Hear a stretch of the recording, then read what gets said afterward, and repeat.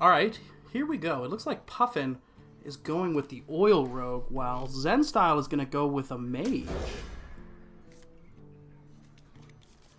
We see a great hand there from Zen Style, and a fairly decent start from Puffin.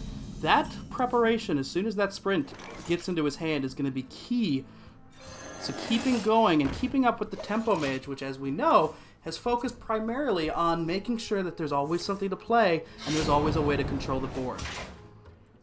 Happy feast Little of greetings winter. there. Festive greetings at that from Puffin, who simply daggers up on turn 2 and passes it back.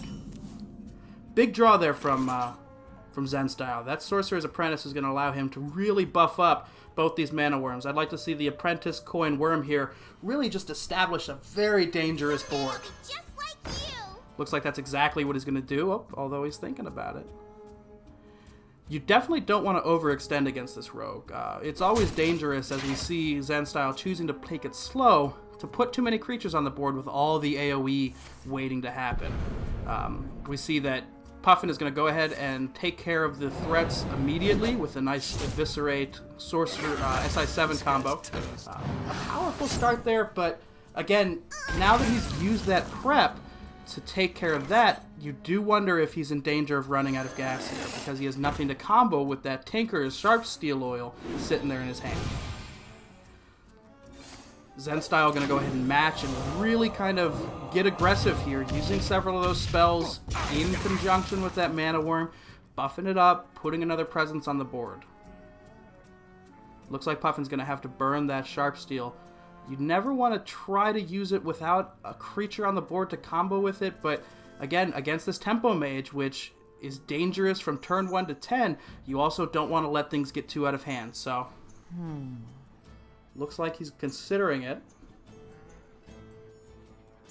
He could also Eviscerate, hit with the weapon, but either way here, you're not going to get full value out of this card. So he does go ahead with the Sharp Sword. That'll let him take care of this worm and really anything else. And as we look in Zen Style's hand, not a great turn 4 here. The Mirror Entity hopefully snags something, but in a deck that's more based on spells like the Rogue, it's difficult to see it getting a lot of value. Although if Puffin is forced to play one of these 5s and the Sludge Belcher comes out, that's going to be a great get for that Mirror Entity. So, proves how little I know when really looking at these cards. Oh, there's Antonidas. That's going to be a huge get in finishing off this Rogue, because it means you can use that Fireball there, you can finish it with the Sludge Belcher, and if you keep that coin, that's a Fireball waiting to happen. So, does drop the Sludge Belcher down to 4 health, which can be taken care of by the weapon here. And now he can unfettered play that Azure Drake without worrying about the secret. That'll get him a little bit more fuel to his card. Lotheb is a great pickup here. That's going to basically eliminate the mage for a turn. If he can time that with the Antonidas turn, that makes it a real dangerous play for Zen Style. Nice draw on the Unstable Portal. Little fuel to the fire. Oh! What a pickup! Especially with all these taunts out there. Once Kel'Thuzad comes down, that's going to almost permanently create a wall of taunts. Although, looking in Puffin's hand, you do see that sap waiting to come out and take care of it. Looks like the Lotheb's going to come down here. Again, expecting that Antonidas turn 7. This can really slow down the mage going forward.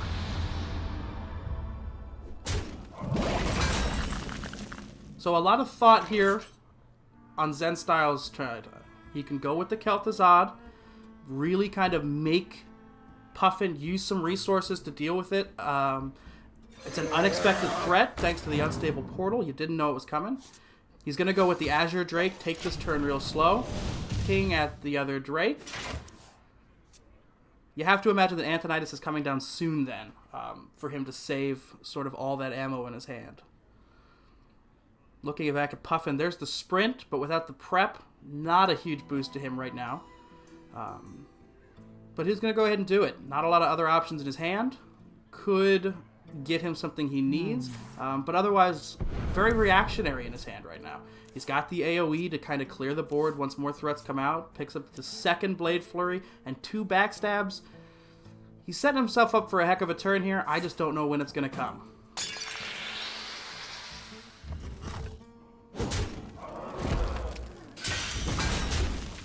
A nice efficient board clear there. He does have to certainly consider his health. An Antonidas play with a couple of spells will really mean trouble. Unless he's running heals. I haven't had a chance to look at his deck list, and that would really change things up. He plays the Kel'Thuzad here, but you can't help but wonder if he kind of missed his window. To play this earlier with this wall of taunts in front of him would make it real difficult to deal with Kel'Thuzad here. And this is going to be a big turn for Puffin. There's the sap.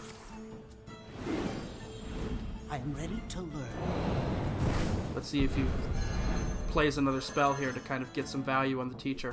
Nope, he's going to save the ammo. Very heavy hand. He saw that sap go. He's going to take advantage of it, get a couple of fireballs here with the counter spell and the coin, and that makes it even more difficult to deal with Antonidas because the first spell that he tries isn't going to work. Puffin does have a couple backstabs here, which could be used to test out that spell. A backstab with a Lotheb would not be it wouldn't be a bad way to deal with this, and it would save you some damage in your hand. So I'd like to see him really kind of take advantage of that to nullify this spell as best he can. Here's the Thalanos. And it looks like that's just what he's going to do. We'll see that the counter spell gets taken, but that makes it easy to deal with the backstab eviscerate. Really could not have asked for a more efficient way to remove that if you're Puffin, especially considering all those tokens coming out now. Oil decks like this live on those tokens because you have to have bodies to put those buffs on. Very dangerous spot for Zen style going forward. He did get those 2 fireballs.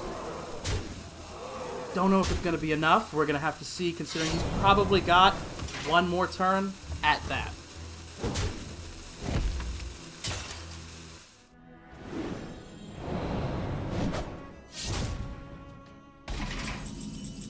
The Mirror Entity with the Flame Walker could certainly slow things down here, but he is going to have to use a lot of those resources to try to stave off death this round. He needs to knock out as many of those 1/1s as he can.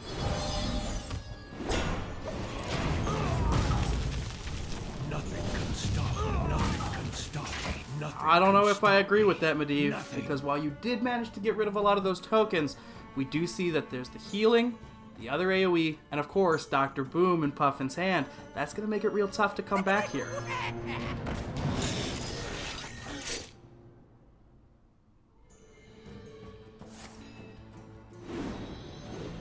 I am ready to learn. Gonna prep Blade Fury, create a few more of those tokens, get a little damage. He's gonna go ahead and clear here. Let's see if there's something in Zen Style's deck that can turn this around, because that is a lot of damage facing him on the other side. Ethereal Conjurer into Twisting Nether. That's not Twisting Nether. He can Cone a Cold. He can throw out a Fireball. Again. Well, we could have said he was continuing to delay to the inevitable, but the Boombots went ahead and took care of that. And Puffin is about to take out Zen Style and become the America's Winter Champion. A little bit of fun here on both sides. Some Feast of the Winterville, as Puffin is about to deliver a not-so-pleasant present of the final blow here and seal this match. Heck of a game there by Puffin. Heck of a game.